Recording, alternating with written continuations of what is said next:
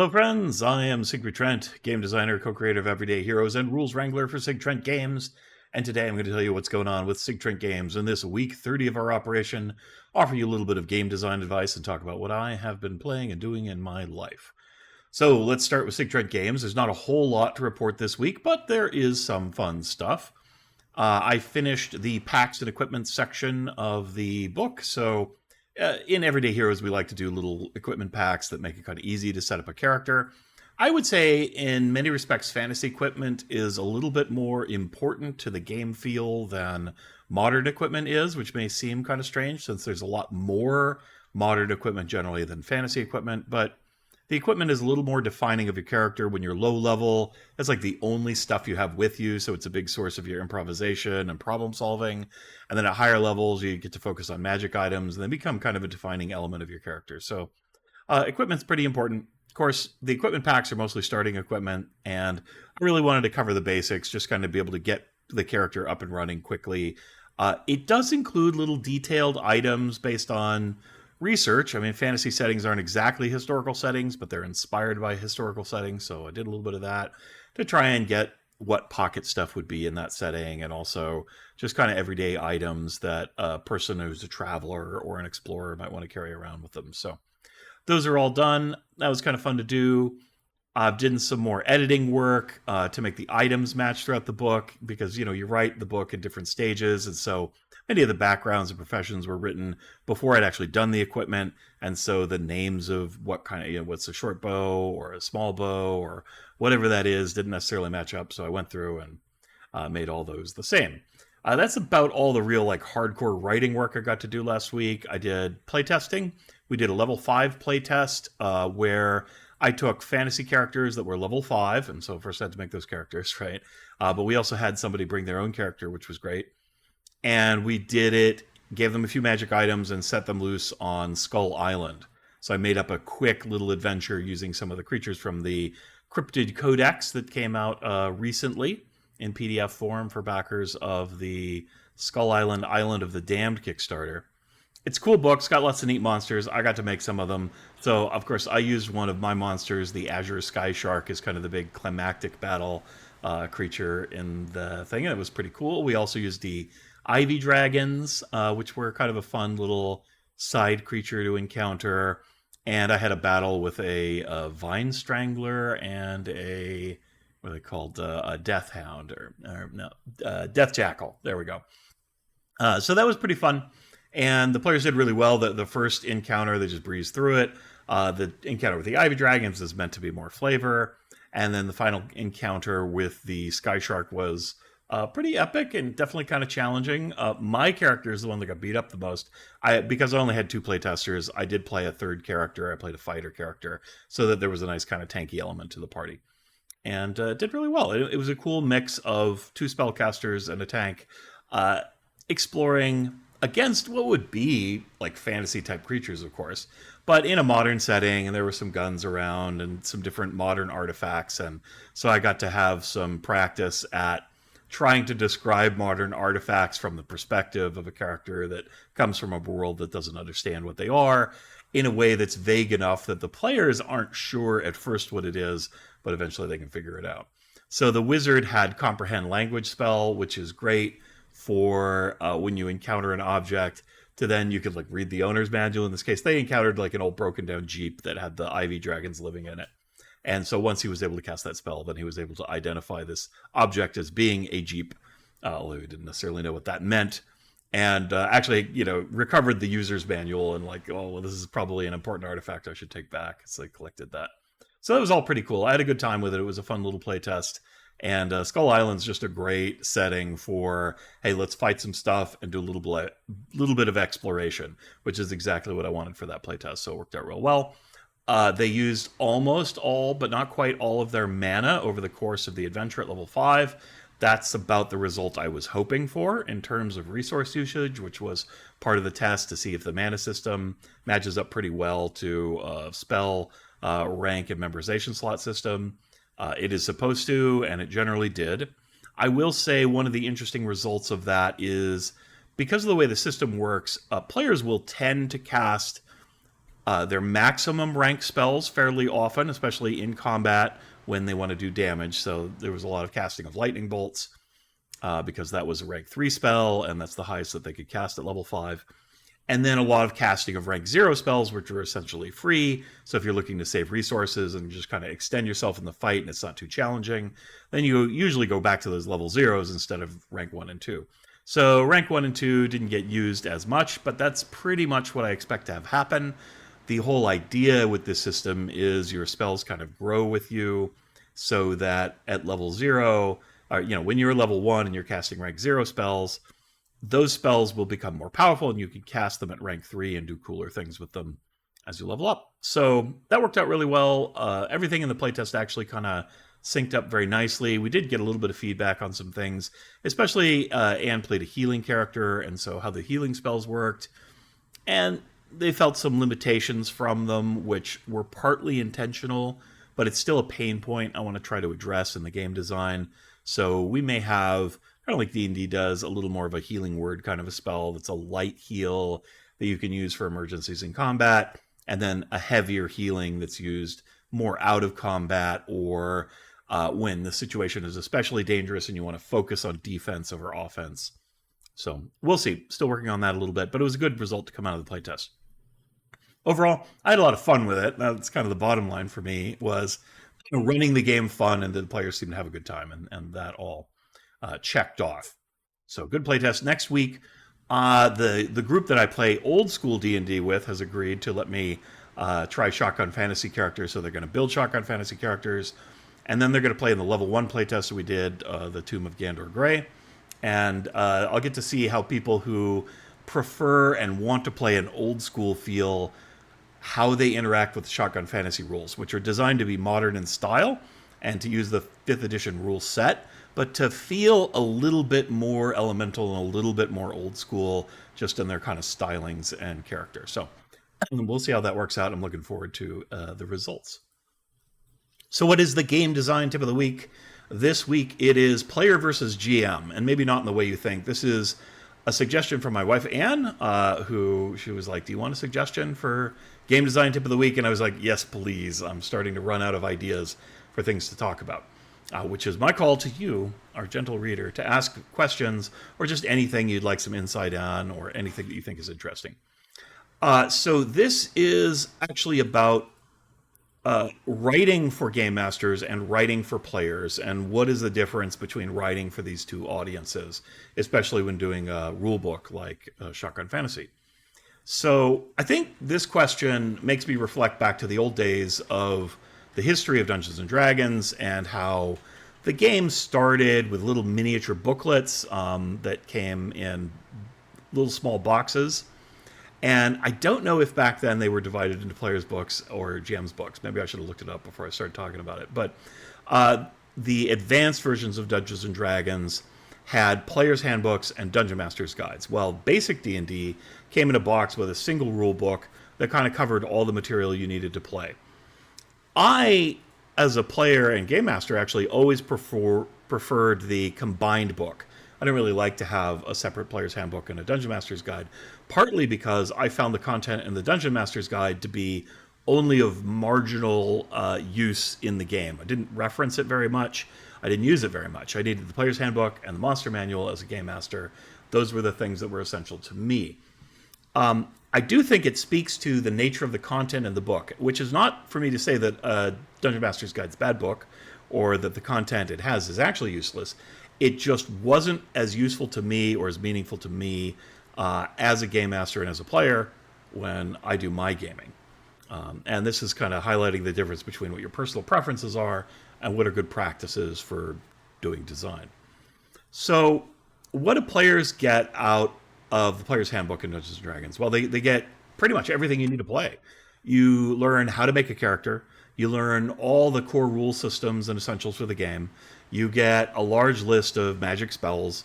You even usually get some understanding of what kind of magic items are in the game, although a lot of those might be in the Dungeon Master's Guide. And generally speaking, you can just play the game with the Player's Handbook, both as a player and a game master. Now, when it comes to monsters, those weren't generally in the GM's guide. Those are pretty essential for the Dungeon Master in order to have balanced encounters for the players, especially when you're a new GM and you don't necessarily have a feel for the mechanics yet. How many hit points should it have, et cetera, et cetera. If you had an adventure, those usually included monsters in them, so then you wouldn't need the Dungeon Master's Guide necessarily. You could just use the monsters from that adventure specifically, and then you could use those to make your own adventures as well. So anyway, Player's Handbook kind of has everything you need to play the game except for monsters. It is ostensibly written for players, but it is consumed by both players and game masters. Now, the Dungeon Master's Guide was kind of a different beastie. It traditionally had a lot of magic items. It has optional rules or advanced rules that you might use in your game, but are under the control of the game master instead of being considered core to the game. And then it has a lot of advice on how to structure a dungeon, how to run a campaign, and just kind of all the bookkeeping and little things that a dungeon master might need to know. Now, the original Dungeon Master's Guide for Advanced Dungeons and Dragons, I think, was a beautiful, wonderful, super interesting book. It's kind of terribly written because it's all over the place. It's like a shotgun of information, and you're never sure why you're reading what you're reading. That's my interpretation of it. But that also made it like a fascinating arcane tome in and of itself, and it felt like this big book of secrets. So in a way, its wonkiness was sort of one of its good qualities. But at any rate, I hardly ever used it. And if you tried to learn to play the game from the Dungeon Master's Guide, you would really have no idea how D&D is actually played. You would have all the like special parts and none of the core parts, right? So it's a very weird book that way. At any rate, what does that tell us about the division between players and game masters? I'm not sure. Not a whole lot, but it's worth sometimes just reflecting on the way things were done in the past in order to look to what you want to do. So let's move on a little bit from our history lesson and why there's this kind of stark division. Talk a little bit about Everyday Heroes maybe and what I tried to do style-wise to address GMs and players differently. And I will say, like, the differences are pretty small here. So we're mostly talking about kind of edge cases and specific stuff. So, of course, we put the core rules together in one book. That was a decision that Dave, Goober, and I all agreed on. Generally speaking, I don't remember what our arguments at the time were, but I just generally like a single volume book.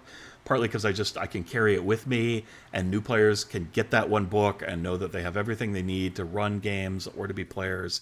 So I just like that a lot more. But that said, the structure of the book is not different than the Player's Hand Guide and GM's book. If you look and read through the Everyday Heroes core rulebook, the first part of the book is the Player's Handbook. It is about making characters and then the core rules for the game. Then we get into advice for game masters, optional rules and tools, and then finally at the end, kind of the monster manual, which is pretty essential, all the NPC stat blocks and all that good stuff, and stuff for calculating what kind of creatures you should encounter if you want to balance play. So it's still structured the same. It still has the same considerations in it. It's just inside of one thing. Now, I happen to think that all that information, because it works together to create a game, worked best in the context of being in one book together.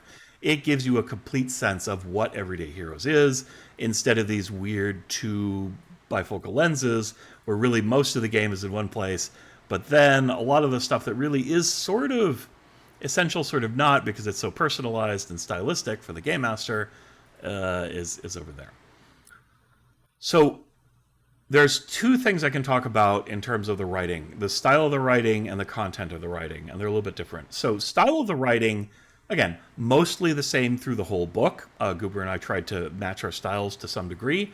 It's probably a little bit hard to tell who wrote which parts, and that's intentional.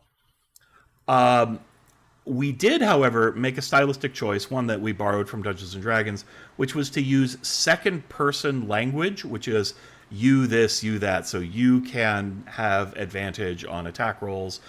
You can make a saving throw. You must make a saving throw, whatever it happens to be.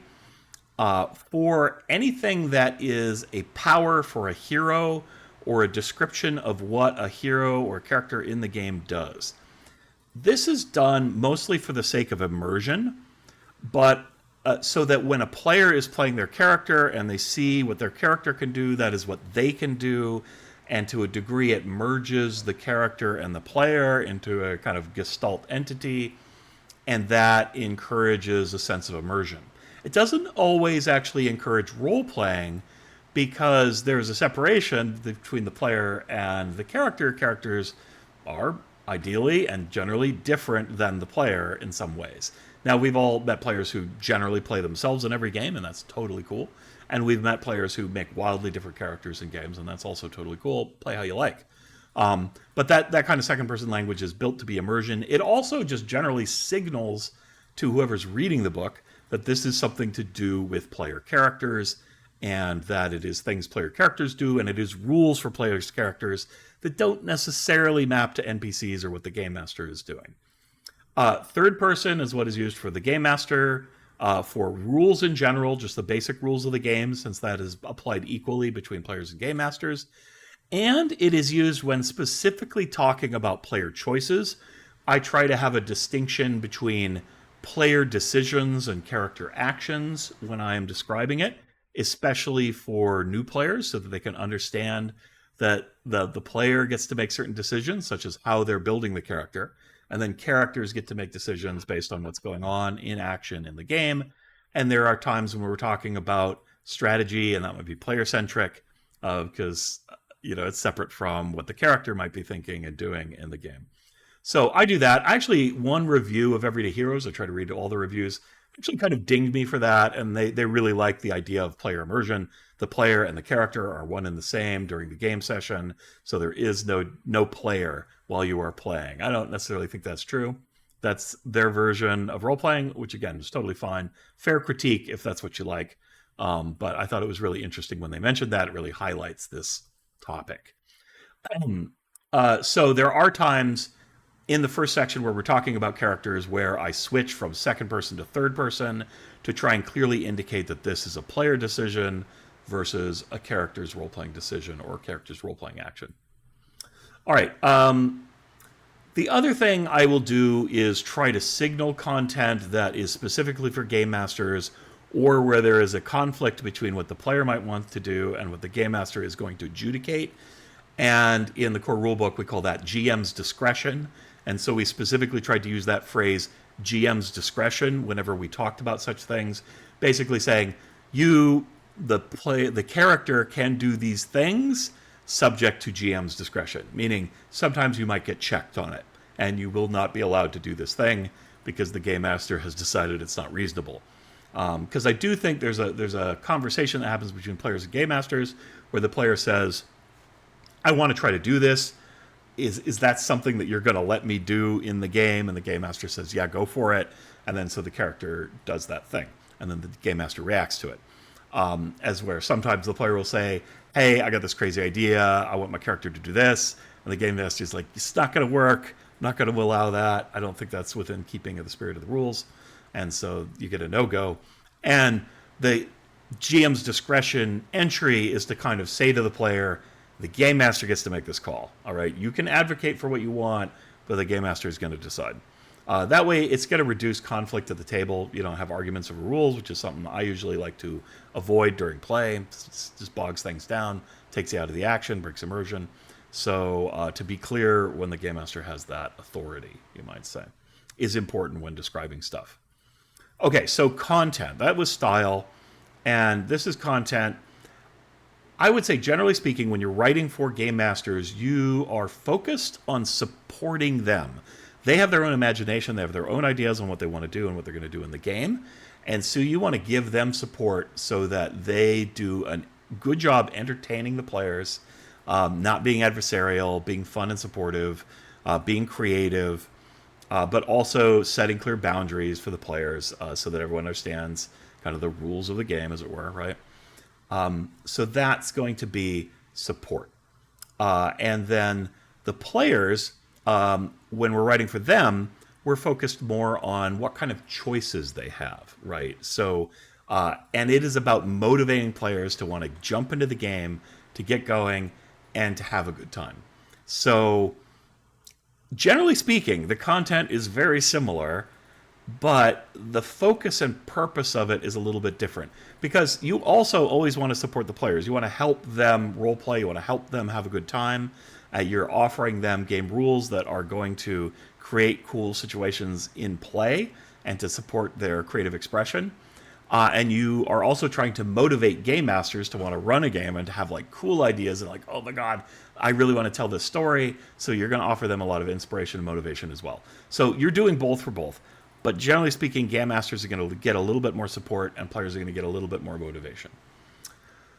Finally, the one thing that you will find which drove the old division between player books and game master books is the idea of surprise and a lack of spoilers, essentially. So knowing what creatures you might encounter is kind of a spoiler. Knowing what kind of magic items you might find is kind of a spoiler.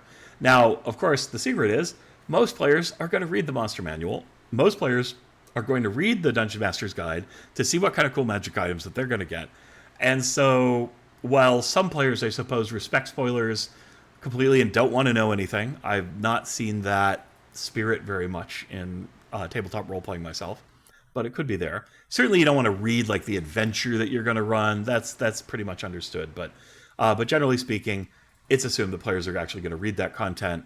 And then you have to try not to metagame that and use that knowledge that your character might not have in the game. But that is one of the reasons these things are divided. So if a game master is very particular about wanting to surprise their players and not having meta knowledge, they might actually forbid their players from reading certain books. I have also seen that in the real world, although it's pretty rare in my experience. And I think it's perfectly reasonable, and it is kind of better. Now, I will say also there are many players who are, out of laziness, do not read any more than they have to. They're not likely to read the player's book. They just want to learn organically as they sit at the table. That is totally cool as well. Now, I generally write games so that that is possible. And when I game master, I always ask my players, if I don't know, what their experience level is so that I can instruct and teach them and give them, hey, you should choose among these three things. Here's some things you can do. Or if they're an experienced player, just what are you doing this turn? And I don't give them any support or help. So that is really important, but that's more of a game mastering thing. When I write the books, I assume people are going to read the books. Otherwise, why would you write them? I do try to make them easy to read, because if you want somebody to do something, make it easy for them. So making it entertaining and easy to read the book is very important for those players who are not too inclined to read the book. As where game masters are almost always motivated. But you know what? I want it to be easy and fun for them too, right? So I'm going to try and support everybody equally with fun content, a little bit of humor, and generally simple, easy writing with good signposting, so it's simple to get through it. All right. So I think that's about it. There's really not a big, huge difference is the bottom line between writing for game masters and players, but there are a number of considerations that you should keep in mind and will help you be a little bit more intuitive and a little bit better at writing for both of these audiences, which ultimately are both probably going to read your work. All right. Oh, yeah. I wanted to talk a little bit at the end of this about what I'm doing in Shotgun Fantasy, because I always do things a little bit differently. I'm a little bit weird. So far in Shotgun Fantasy, I have little note sections. They're kind of like sidebars. And I've actually labeled these sometimes as designer notes, player notes, and GM notes. And this is to kind of direct people that these asides are meant for these audiences. You don't need to read them if you are not among that audience. So if you're a player, you don't really need to read the GM notes. If you're GM, you don't really need to read the player notes. And only people who want to design for the game, which is usually game masters, let's be honest, are going to read the designer's notes. And they're about what they sound. The designer note is like, why did I do this way? Are you curious as to why I designed the game the way I did? Here's the designer notes. The GM notes are really, hey, like you might encounter this challenging situation with these rules, or this is kind of how these mechanics are meant to be manifested when you play the game. Those are GM notes. And then player notes are kind of like, hey, by the way, this character is really weak in combat unless you do something like this, or you should know that, here's the best way to use these weapons and spells, whatever it happens to be, just to kind of point something out that I think is useful to the player, but is not necessarily obvious when just reading the rules. I am specifically addressing each of these audiences, and the designer is somebody that people almost never write game books for, but I think a lot of readers actually really appreciate when they see that designer's voice. And we have another video that talks about designer's voice, so you might want to check out that one. That is a very Sig Trent piece of game design advice that not a lot of other people will necessarily recommend to you. All right, so what have I been doing this week? I played some Old School Essentials. We finished off the playtest that we were doing on Mondays, and that was fun. And the game master who was creating the adventure got some good feedback. I really liked the second half of their adventure, and I think the first half is much improved from the first time we played it. So that was pretty cool. Yeah, just had a good time with it. I got to play 2 characters. In old school D&D, because there's not a lot of like fiddly stuff to do with your character, I actually really like playing multiple characters in a RPG session. So yeah, I had a fighter and I had a wizard, and I found my wizard to be kind of hilarious because in first edition, once you've cast your 2 or 3 big spells, you're kind of done. Like I could not participate meaningfully in any kind of melee or ranged combat. I had fireball spell, which can devastate an entire encounter and pretty much just say I win. But once I've cast it, ain't a whole lot going on anymore. I had a scroll with some magic missiles. I threw that. And then I just left the party. During a big scary fight where we might have all died, I was like, well, I'm out. Like, I got nothing more to contribute. I would like to survive, so I just left. And meanwhile, my dwarf has got like 1 hit point left, and he's complaining bitterly that the stupid cowardly wizard has left. So I got to role play with myself. Very Sig thing to do. I had a good time with that. So lots of fun. I might mention a little bit some of my old school thoughts on old school D&D. Some people love it, some people hate it. I like it. I kind of like it despite itself. Like there's tons of things I will point out that are problems with old school rules.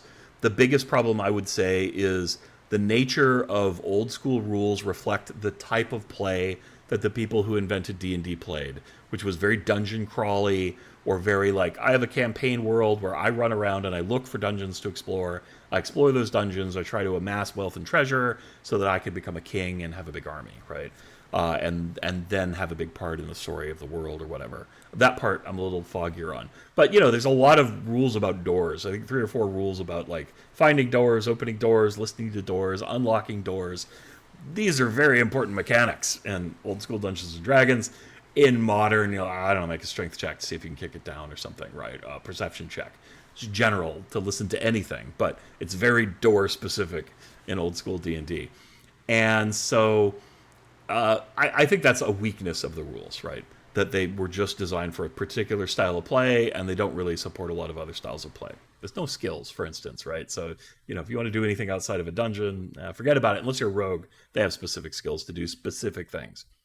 However, some of the cool things about old school D&D are that it's super item based. Like your character is your treasure a lot of the time. You just rolled your ability scores at random. There might be a pile of junk.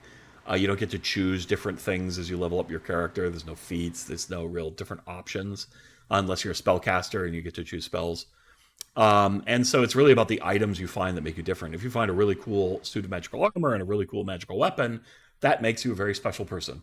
Some people would hate that, but it can be fun. It can be a lot of fun because character growth and development is largely driven by outside forces. You decide your character's personality, of course, but then your whole role in combat can change if you get some new cool magic item that, your character, your wizard gets gauntlets of ogre power, now you have 1800 strength. You're suddenly better than the fighter at hitting people with a sword. And that can totally change your character and your character's outlook on the world. And so it encourages a kind of role-playing and character development that's kind of interesting, as where in 5e, you have a lot of control over what your character is good at, and no magic item that you collect is really going to make your fighter better than the wizard at casting spells, or make your wizard better at fighting than the fighter is, right? You get a lot more player agency in your character's story, but that might mean, as a player, you miss out on the experience of reacting and adapting to the circumstances that happen in the game. And from a story perspective, that means maybe a little less character growth and a little less chaos and madness and surprise in the storytelling. So there's good stuff that comes out of it. Now, I think as a game designer, you can certainly sit down and try to capture both of these things, where you can let a character be directed by the player, but still have events that happen in the game or transformations or experiences of the character that are going to shift your character's perspective and kind of force you to do some role playing as your character reacts to circumstances beyond their control, right?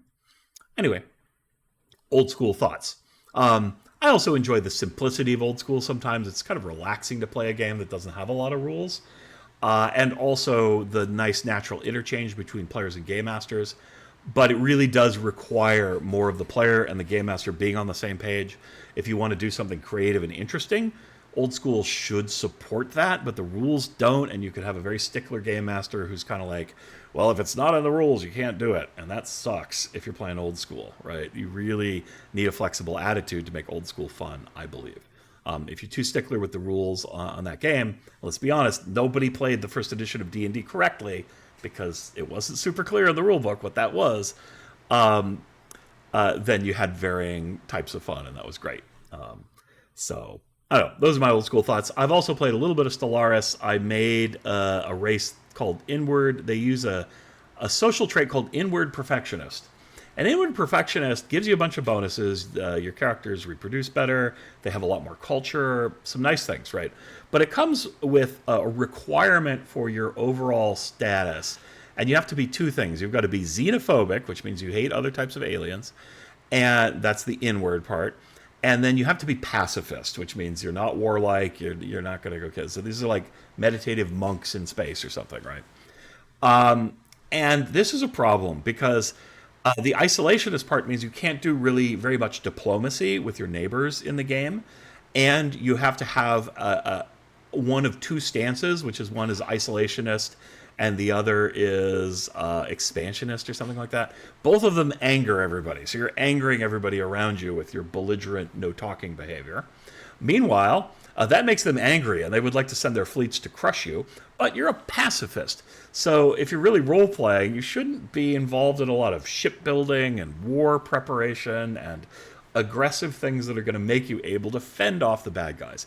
So in the first playthrough, I was really trying to role-play this peaceful isolationist thing, and just everybody invaded me, and eventually they kicked my butt, right? I fended off the first war with cutting and strategy, and after that, I gave up some territory, and after that, I just had to throw away pieces of my empire to everybody who came after me, and I was going to be left with nothing. I was on a downward losing spiral, and so it didn't work. So I reframed my group, and I changed some things, and I made it so while they're pacifists, no wars of aggression, but we build big piles of ships, and I still like stay within a certain territory. Like my home system is my only system. Well, not system, but little range. You build these little political units, and so that area of space is mine, and I don't build outside of it. And I have kind of a buffer zone around that of planets that I mine them and stuff, but we don't settle any population there. And we don't invite any other aliens into our society, kind of closed off. But I build big, giant fleets to tell my neighbors, please go away and don't mess with me. Despite that, of course I got attacked, and I almost lost my empire because I didn't see their ships. And so I decided, well, I will punitively attack them first. But they sneakily came around from behind through an ally's space and almost conquered all my home systems. And I had to race back to boot them out again. So it was a pretty fun little battle. And those guys are doing okay. They've managed to find their place in the universe. So it's a very hard game. You can play the game where you don't build giant fleets, but you need to be really diplomatic and really engaged in making alliances with other empires. But this isolationist thing makes it so that you cannot do that. So very interesting, challenging playthrough. And I looked it up online, and basically it was intended to be a challenging way to force you to play the game differently and force you into a defensive mindset and to not use diplomacy as your defense. So it was definitely a very interesting playthrough. Good job, designers. You made something that really intrigued me. So Nomad Anne's Twitch channel continues. She finished up with Conrad Stevenson's Paranormal PI early in the week, last week. So that's all done. Gave it a big thumbs up. Call of Cthulhu, she played and finished.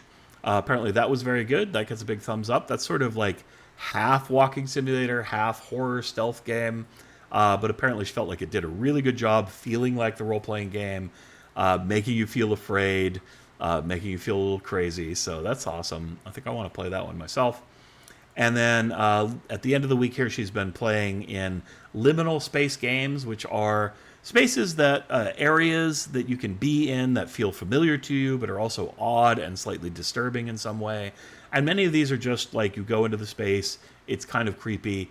That's what you experience. You are exploring the environment. There's not really a lot of story. Some of them have a little bit of story. Some of them have like escape elements or puzzles that you need to figure out. It just kind of depends. But it's a whole series of games, and they're very short. Play them in an hour or two. So she's been going through a bunch of those. So pretty cool. If you want to check out anything that Anne's playing, hit up the Nomad Anne Twitch channel.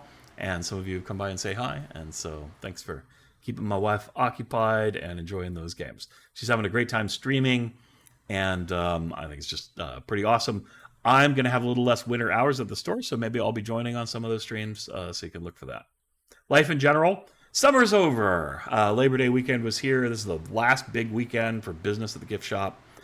So from here on out, I will have less scheduled time. I'll probably still be covering for my fellow employees on a time when they're not feeling so well, which happened a bunch this week. So I'll probably get a little bit more hours than I'm scheduled, but I'm scheduled for less. I only have one full day. Half days are no problem. I can do a half day, come home, work on stuff. Doing a full day, coming home, trying to be really creative is quite hard. You designers out there who do that, you work a full-time job, and you come home, and you design games, and you have a life. Wow, you guys are impressive. It's very hard to do. So I appreciate slightly less time. That's nice. A little harder on the bank account, but that's okay. So I'm trying to get more writing done, trying to get more freelancing gigs so that I can use more time in my writing. Because writing is one of those things, like once you get into the zone, you get a lot done, but it's hard to context switch in and out, at least for me. Just trying to keep life interesting and engaging. It has been a bit of a grind through the summer, so it's been a little bit hard to kind of get out and have a good time. We went out for ice cream yesterday just to kind of relax a little bit, do something fun. I had a giant malted milkshake that made me feel good and warm in my tummy, and I came home and took a nap. So that kind of like normal life stuff, a little bit of indulgence, a little bit of fun is good to try and get in here and there. But today it is back to work, making videos, writing games, working, and just a little bit of Stellaris here and there. All right, everybody. I hope you have a wonderful time. Have fun playing games, and we will see you next week. Bye-bye.